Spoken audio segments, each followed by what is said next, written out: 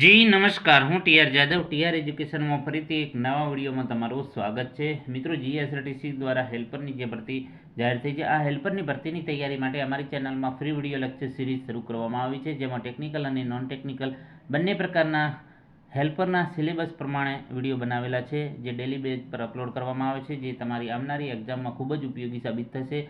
જેમાં technical non technical તમે પ્લેલિસ્ટમાં જઈને તમે જોઈ શકો છો. તો મિત્રો, ચેનલને સબસ્ક્રાઈબ કરી પ્લેલિસ્ટમાં તમે તમામ વિડીયો જોઈ શકો છો, જેમાં 2000+ MCQ છે અને 80+ વિડીયો છે, જે આવનારી તમારી હેલ્પરની એક્ઝામમાં ખૂબ જ ઉપયોગી સાબિત થશે. મિત્રો, આ વિડીયોમાં વાત કરીશું હેલ્પર માટે ઉપયોગી વન લાઇનર પ્રશ્નો, મિકેનિક, ડીઝલ અને એમએમવીના MCQ, જે ભાગ 2.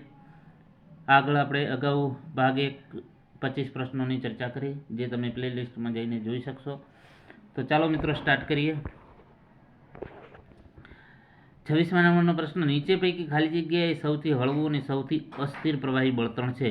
નીચે પૈકી ખાલી જગ્યાએ સૌથી હળવું અને સૌથી અસ્થિર પ્રવાહી બળતણ છે, તો તેનો સાચો જવાબ છે ગેસોલિન. મિત્રો, ગેસોલિનને બીજા કયા નામે ઓળખવામાં આવે છે? તો પેટ્રોલ. પેટ્રોલને બીજા કયા નામે ઓળખવામાં આવે છે? તો ગેસોલિન. પરીક્ષામાં પૂછાય કે પેટ્રોલને બીજા કયા નામે ઓળખવામાં આવે છે? તો ગેસોલિન. એના પછી વાત કરીશું પિસ્ટન રિંગો પર ક્રોમિયમ, કેડમિયમ અથવા તો ફોસ્ફરસનું ઢોળ ચડાવવાથી શું થાય? પિસ્ટન રિંગો પર ક્રોમિયમ, કેડમિયમ અથવા તો ફોસ્ફરસનું ઢોળ ચડાવવાથી તો એ ઘસારો અટકાવે તથા દિવાલ સાથે અથડામણ ટાળે. નેક્સ્ટ, લેડ એસિડ બેટરીમાં નેગેટિવ પ્લેટનો રંગ કેવો હોય છે? તો લેડ એસિડ બેટરીમાં નેગેટિવ પ્લેટનો રંગ રાખોડી હોય છે. તો મિત્રો, આ મોસ્ટ આઈએમપી પ્રશ્ન છે, પરીક્ષામાં પૂછાય છે વારે વારે. લેડ એસિડ બેટરીમાં નેગેટિવ પ્લેટનો રંગ છે રાખોડી. પોઝિટિવ પ્લેટનો રંગ કેવો છે? કોમેન્ટ બોક્સમાં જણાવજો. નેક્સ્ટ, સ્કૂટરના એન્જિન સિલિન્ડર ફિન હોય છે, જેથી સ્કૂટરના એન્જિન સિલિન્ડર ફિન હોય છે, જેથી શું થાય છે? જેથી સારું કુલિંગ થાય છે. 4 સ્ટ્રોક એસઆઈ એન્જિનમાં સામાન્ય રીતે નિષ્કાશન વાલ્વ ખુલે છે કેટલાએ? તો બીડીસીથી 35 થી 60 એંગલ પહેલાં. 4 સ્ટ્રોક એસઆઈ એન્જિનમાં સામાન્ય રીતે નિષ્કાશન વાલ્વ ખુલે છે કેટલાએ? તો બીડીસીથી 35 થી 60 એંગલ પહેલાં અથવા તો ડિગ્રી પહેલાં. ઓટોમોબાઈલમાં ગવર્નરનું કાર્ય શું છે? ઓટોમોબાઈલમાં ગવર્નરનું કાર્ય શું છે? તો સ્પીડ લિમિટ કરવી. નેક્સ્ટ, અલ્ટરનેટરમાં મેગ્નેટિક ફિલ્ડ શામાં ઉત્પન્ન થાય છે? તો અલ્ટરનેટરમાં મેગ્નેટિક ફિલ્ડ છે રોટરમાં ઉત્પન્ન થાય છે. રોટરમાં મોસ્ટ આઈએમપી પ્રશ્ન છે મિત્રો, પરીક્ષામાં પૂછાય એવો છે હેલ્પરની પરીક્ષામાં.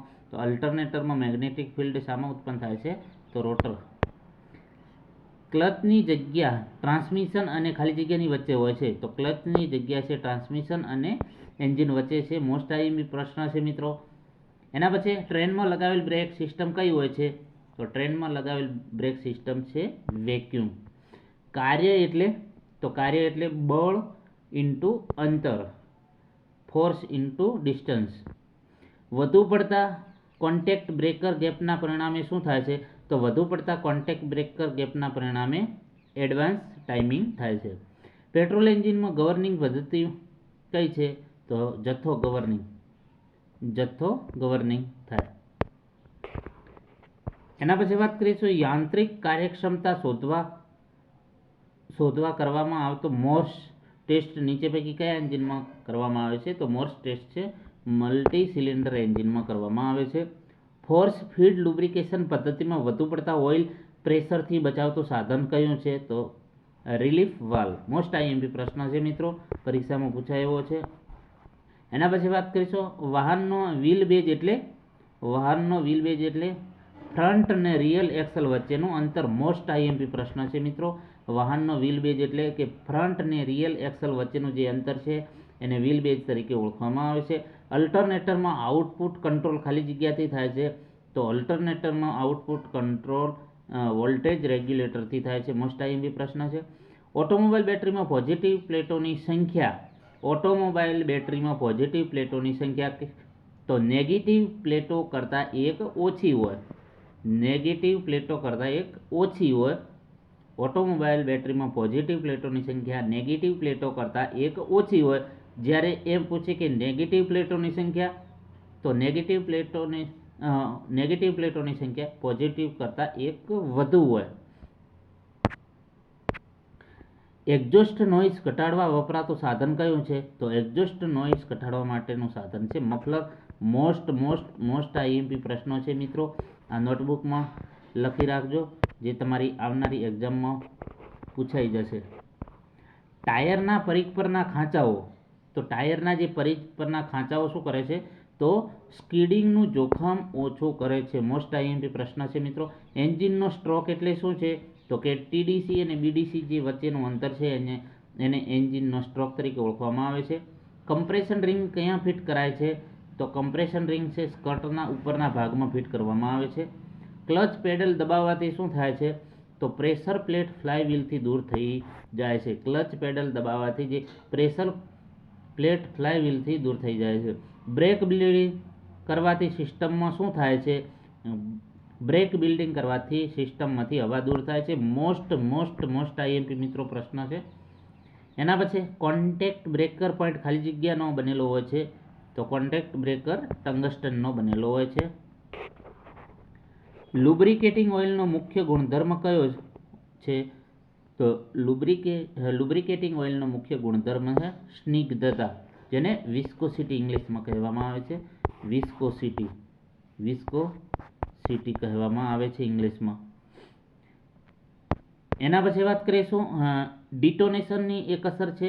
તો ડિટોનેશનના લીધે શું થાય છે? પાવર લોસ થાય છે. સ્પાર્ક ઇગ્નિશન એન્જિનમાં ડિસ્ટ્રીબ્યુશનનું કાર્ય શું છે? તો સાચા જથ્થામાં દરેક સિલિન્ડરમાં ફ્યુલ વિતરણ કરવું. સાચા જથ્થામાં દરેક સિલિન્ડરમાં ફ્યુલ વિતરણ કરવું. એના પછી વાત કરીશું ડીઝલ એન્જિનનું ફ્યુલ ઇન્જેક્શન દબાણ કેટલું હોય છે? તો ડીઝલ એન્જિનનું ફ્યુલ ઇન્જેક્શન દબાણ 100 બાર હોય છે. પ્રવાહી ફ્યુલનું ફાઇન પાર્ટિકલોમાં વિભાજન કરી સ્પ્રે કરાય તેને શું કહેવામાં આવે છે? એને ઓટોમાઇઝેશન કહેવામાં આવે છે. મોસ્ટ આઈએમપી પ્રશ્નો છે મિત્રો, આવનારી હેલ્પરની પરીક્ષામાં આમાંથી જશે પ્રશ્નો મિત્રો. એના પછી વાત કરીશું કયા પ્રકારના આઈસી એન્જિનમાં રોકર આર્મ વપરાય છે? તો કયા પ્રકારના આઈસી એન્જિનમાં રોકર આર્મ વપરાય છે? તો overhead valve engine. Spark plug gap કેટલી રખાય છે? તો 0.3 થી 0.7. આ મિત્રો હેલ્પરની પરીક્ષામાં 2022માં પૂછાયેલો પ્રશ્ન છે. સ્પાર્ક પ્લગ ગેપ કેટલી રખાય? 0.3 થી 0.7. દબાણપૂર્વક એન્જિન સિલિન્ડરમાં હવા વધુ માત્રામાં પહોંચાડતો કાર્ય કયો શું છે? તો સુપરચાર્જિંગ. દબાણપૂર્વક એન્જિન સિલિન્ડરમાં હવા વધુ માત્રામાં પહોંચાડતો કાર્ય એટલે કે સુપરચાર્જિંગ. ઓટોમોબાઈલમાં મોટેભાગે કયું એન્ટીફ્રીઝ સોલ્યુશન વપરાય છે? તો ગ્લાયકોલ. તો મિત્રો જે ઓટોમોબાઈલના ડીઝલ મિકેનિક અને એમએમવીના મોસ્ટ આઈએમપી પ્રશ્નોની ચર્ચા કરી. જો વિડીયો પસંદ આવે તો લાઇક કરો, શેર કરો અને મિત્રો ચેનલને સબસ્ક્રાઇબ કરવાનું ન ભૂલતા. મિત્રો આ પ્રશ્નો તમારી આવનારી હેલ્પરની એક્ઝામમાં ખૂબ જ ઉપયોગી સાબિત થશે એવી આશા છે મિત્રો.